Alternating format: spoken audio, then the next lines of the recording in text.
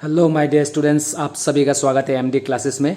उम्मीद करता हूँ कि आप सब अच्छे हैं, बढ़िया है और पढ़ाई कर रहे हैं। ठीक है, तो हम डिस्कस कर रहे थे चैप्टर नंबर 7 कोऑर्डिनेट ज्योमेट्री, और आज का जो वीडियो है ये इस चैप्टर का पार्ट 9 है। दैट मीन्स 9 नंबर वाला वीडियो है। ठीक है, तो हम डिस्कस कर रहे थे एक्सरसाइज 7.2 और आज का जो वीडियो होगा इसका शुरुआत होगा क्वेश्चन नंबर 9 से।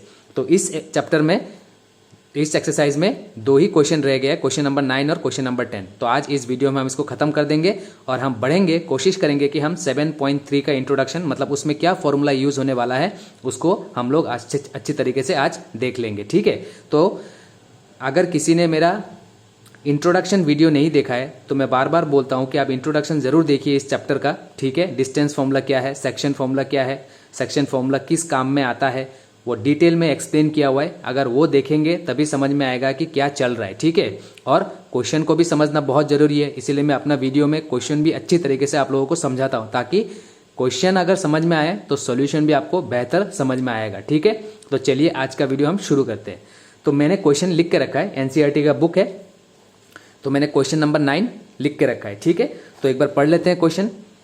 Find the coordinates of the point which divide the line segment joining A and B into 4 equal parts.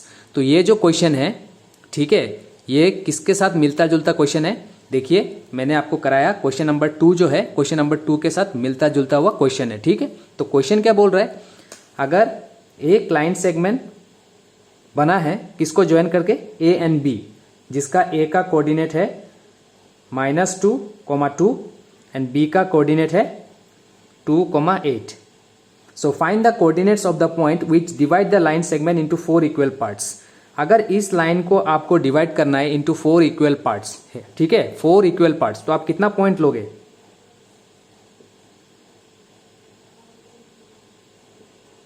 ठीक है, अगर किसी भी चीज को आपको 4 पार्ट करना है, इक्वल पार्ट, तो आप कितना पॉइंट लोगे? 3।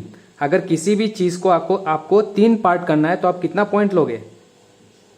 2, क्योंकि 2 पॉइंट लेते ही ये 3 हिस्सा हो गया। ठीक है, 4 पॉइंट लेते ही ये 3 पॉइंट लेते ही ये 4 हिस्सा हो गया। ठीक है, सो इनका कोऑर्डिनेट मुझे निकालना है।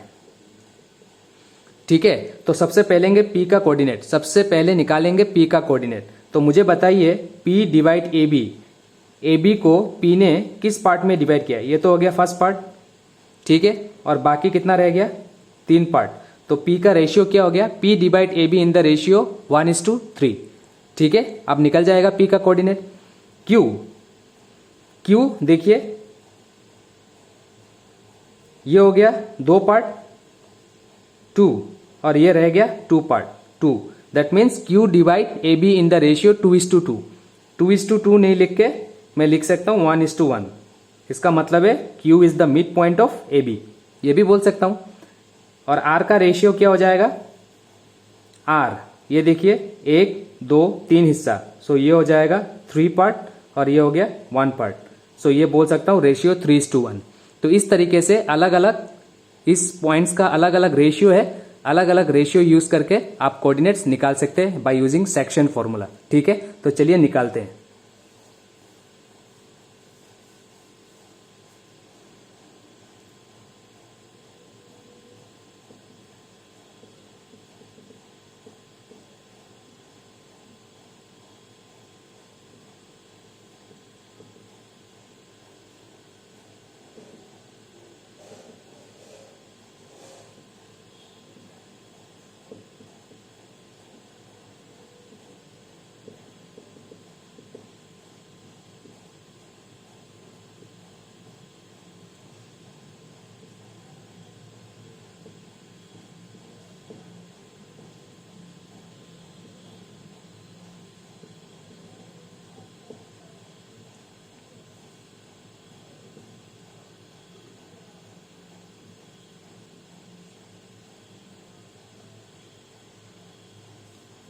तो सबसे पहले निकालेंगे P का कोऑर्डिनेट। सो लिख लेंगे यहाँ पे, since P divide A be in the ratio 1:3, therefore coordinate of P इस फॉर्मूला से निकल जाएगा। ठीक है,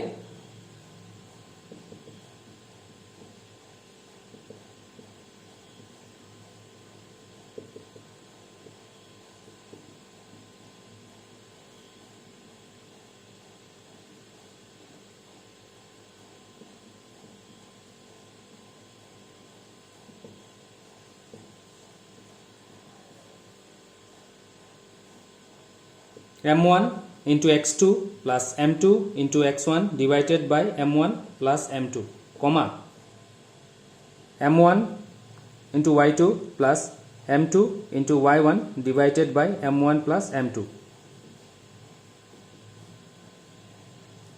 अब यहाँ पे आप वैल्यू पुट कर दीजिए, ठीक है। ये रहा आपका m1 m2 और ये रहा x1 y1 x2 y2, ठीक है। सो m1 1, x2 ये रहा x1 y1 x2 y2, ये रहा 2, plus m2 3 into x1 minus 2 divided by m1 plus m2, comma m1 1 into y2 x1 y1 x2 y2 3 into y1 2 1 plus 3, ठीक है। 1 2 2 plus minus minus 2 3 6 4 1 into 8 8 3 2 6 by 4, ठीक है। तो यहां पे कर देता हूं मैं 2 minus 6 it is minus 4 divided by 4, comma 14 divided by 4, ठीक है। तो ये क्या हो जाएगा 4 divided by 4, answer is minus 1। और ये क्या हो जाएगा, इसको आप अगर 2 से कैंसिल करेंगे 2 7 जा 14 एंड 2 2 जा 4, सो इट इज 7 बाई 2, ठीक है।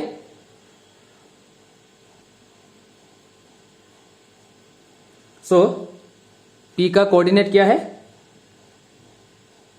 -1 एंड 7 बाई 2, ये रहा P का कोऑर्डिनेट। अब निकालिए Q का coordinate. So since Q divide AB in the ratio,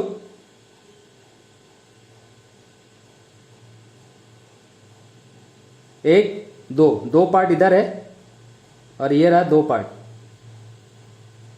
2:2, therefore coordinate of Q इस तरीके से निकालेंगे, ठीक है। सो अगर नोट डाउन करना है, you may pause the video and note it down. इसके बाद मैं Q और R का आपको कोऑर्डिनेट निकाल के दिखाता हूं।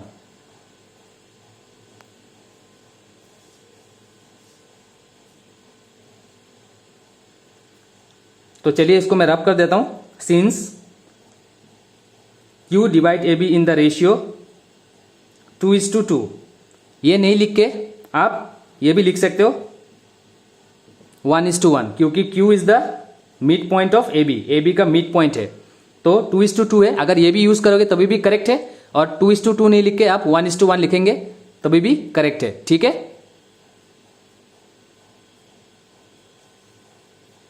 देयरफॉर कोऑर्डिनेट ऑफ Q, ये वाला फॉर्मूला यूज करो, नहीं तो मिड पॉइंट वाला फॉर्मूला यूज करो, जो भी यूज करोगे करेक्ट है। आंसर आपका दोनों में ही आएगा, ठीक है।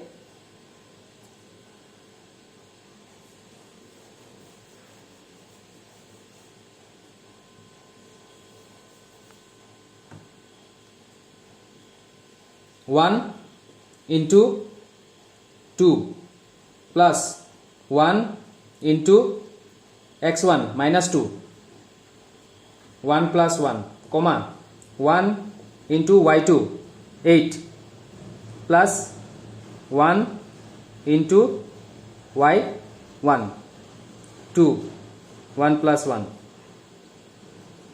1 2 जा 2 प्लस माइनस माइनस 1 2 जा 2 बाय 2, कोमा 1 8 जा 8 1 2 जा 2 बाय 2, ठीक है। तो ये क्या हो गया 2 minus 2 0 by 2 10 by 2। So coordinate is 0,5।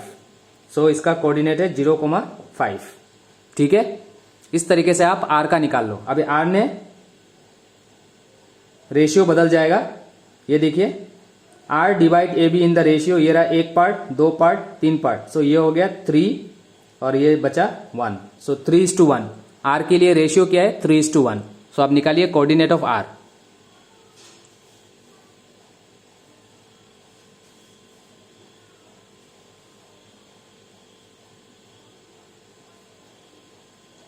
तो चलिए निकालते हैं। Since R divide AB in the ratio 3:1,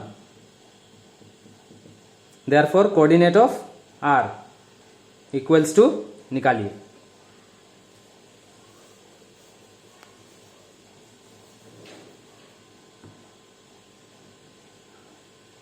m1 into x2 2 plus m2 1 into x1 minus 2 divided by 3 plus 1 comma m1 3 y2 sorry y2 कौन सा है 8 m2 1 इंटू y1 2 3 प्लस 1। अब इसको solve कीजिए, 2 3 ज़ा 6 प्लस माइनस माइनस 1 2 ज़ा 2 bye 4 3 8 ज़ा 24 plus 2 bye 4। ठीक है, सो यह कितना हो गया 6 minus 2 it is 4 divided by 4 comma 26 divided by 4। इसका आंसर है 1 और ये अगर आप 2 से कैंसिल करेंगे तो आपको मिलेगा 13 बाई 2। सो इसका है 1 comma 13 by 2। So these are the coordinates. ठीक है, एक लाइन है, एक लाइन को 4 इक्वल पार्ट, ठीक है 4 इक्वल पार्ट्स, ये सारे इक्वल पार्ट्स है इसीलिए रेशियो मुझे मिल रहा है। सो 4 इक्वल पार्ट्स है, दैट मीन्स 3 पॉइंट है जिसने इस लाइन को 4 इक्वल पार्ट में डिवाइड किया है। तो व्हाट आर द कोऑर्डिनेट्स, तो सेक्शन फॉर्मूला से ही हम उसका कोऑर्डिनेट निकाल सकते हैं। ठीक है, तो चलिए ये हो गया इस क्वेश्चन का सॉल्यूशन।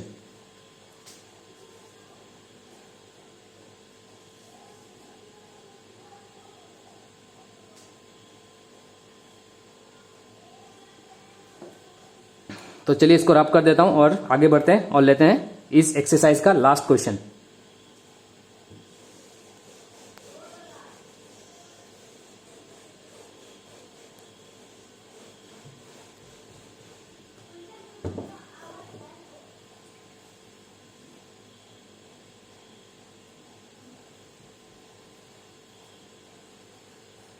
तो चलिए मैं क्वेश्चन लिख लेता हूं आप लोगों के लिए।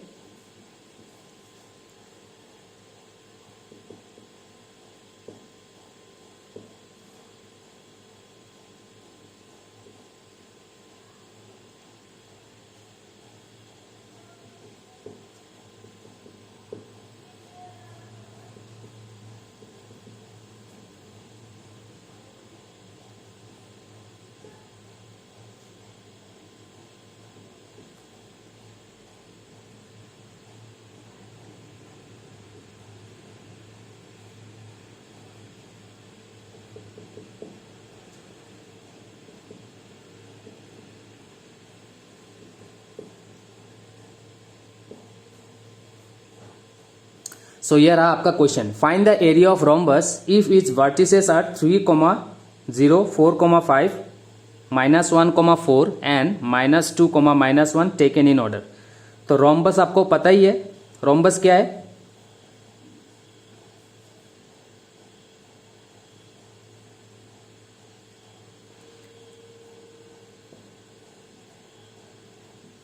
रोम्बस कुछ प्रॉपर्टी आप बता सकते हैं रोम्बस के बारे में। Rhombus all sides are equal, rhombus का सारा साइड इक्वल होता है। ठीक है, ये क्या होता है, डायगोनल्स। सो डायगोनल्स बाइसेक्ट ईच अदर, मतलब डायगोनल्स जो है एक दूसरे को बीच में काट देता है। सो मैं बोल सकता हूं कि इस डायगोनल ने इसको बीच से काट दिया, दैट मीन्स ये पोर्शन और ये पोर्शन इक्वल होगा। ठीक है, या नहीं तो फिर मैं बोल सकता हूं कि ये पोर्शन और ये पोर्शन इक्वल्स होगा। सो ये कुछ प्रॉपर्टी है डायगोनल्स के बारे में। ठीक है, so all sides are equal, diagonals bisect each other, opposite angles are equal और बहुत सारा प्रॉपर्टी होता है, मैं आपको बता सकता हूं, लेकिन फिलहाल अभी जरूरत नहीं है। अभी ये जरूरत है find the area of rhombus. तो एरिया ऑफ रोम्बस, तो एरिया ऑफ रोम्बस हिंट में दिया हुआ है आपको बुक में, एरिया ऑफ रोम्बस। तो इसका फॉर्मूला क्या है, area of rhombus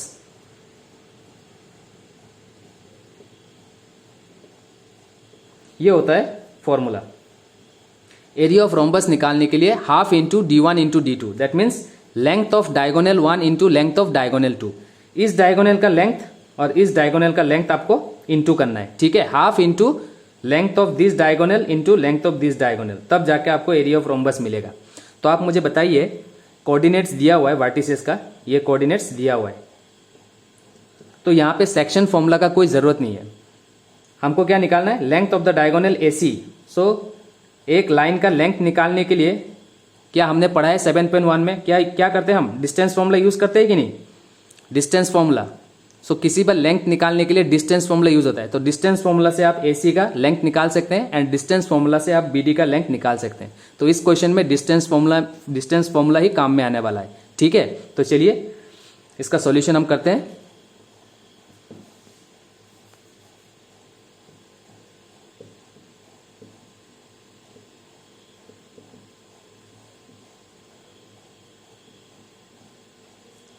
late the vertices B, नाम दिया हुआ नहीं है तो खुद नाम दे लीजिए। Let the vertices be A whose coordinate is 3,0, B 4,5,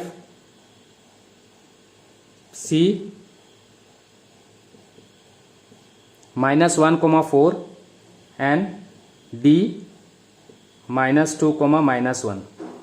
ठीक है, और इसका डायगोनल्स क्या है, AC and BD are its diagonal.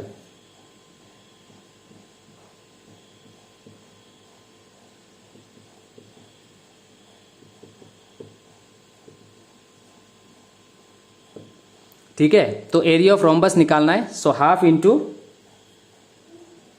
Length of the diagonal, half into AC into BD। So AC का लेंथ निकालिए,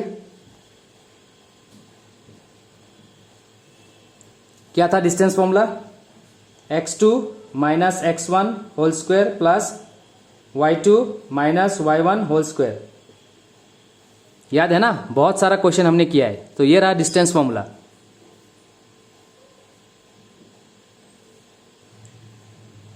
AC निकाल रहे हैं, A और C का कोऑर्डिनेट देखिए, 3,0 and -1 4, x1 y1 x2 y2 है कि नहीं। सो x1 y1 x2 y2, सो -1 -3 प्लस ये रहा x1 y1 x2 y2, याद है ना। सो 4 सेकेंड माइनस सेकेंड कोऑर्डिनेट,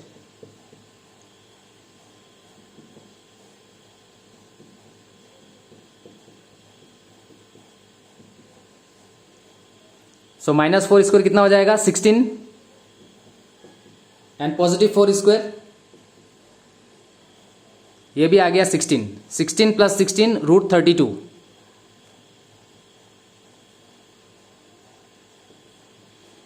और √32 को हम सिंपल फॉर्म में कैसे लिख सकते हैं,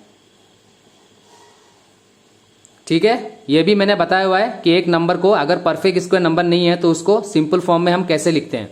तो √32 को हम लिखते हैं 4√2।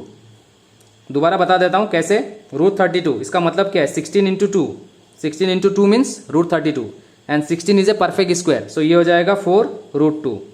तो √32 का मतलब होता है 4√2। ठीक है, तो AC का लेंथ हमको, इस डायगोनल का लेंथ हमको पता लग गया है। अब इस डायगोनल का लेंथ निकालिए BD, B और D का कोऑर्डिनेट यूज कीजिए।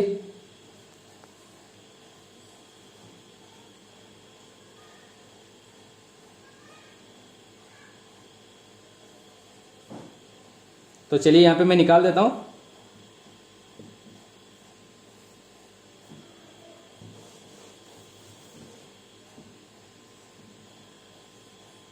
अब देखिए coordinate of B and D, x1 y1 x2 y2। ठीक है, सो ये कितना हो जाएगा, -2 -4,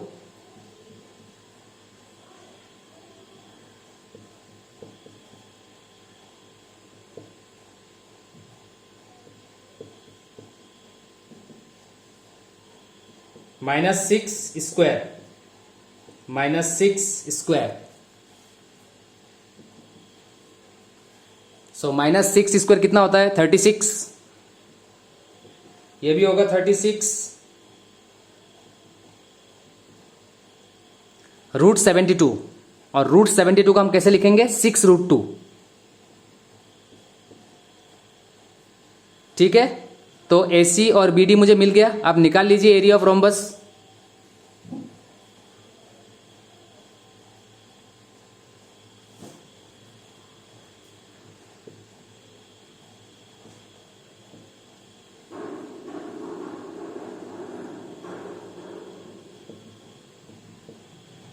So area of rhombus ABCD equals to half into product of the diagonals AC into BD. So half into AC कितना निकला था 4√2, BD कितना निकला है 6√2. ठीक है, आप कैंसिल कर दीजिए, इसको कैंसिल कर सकता हूं, 2 2 जा 4. अब ये देखिए क्या है 2,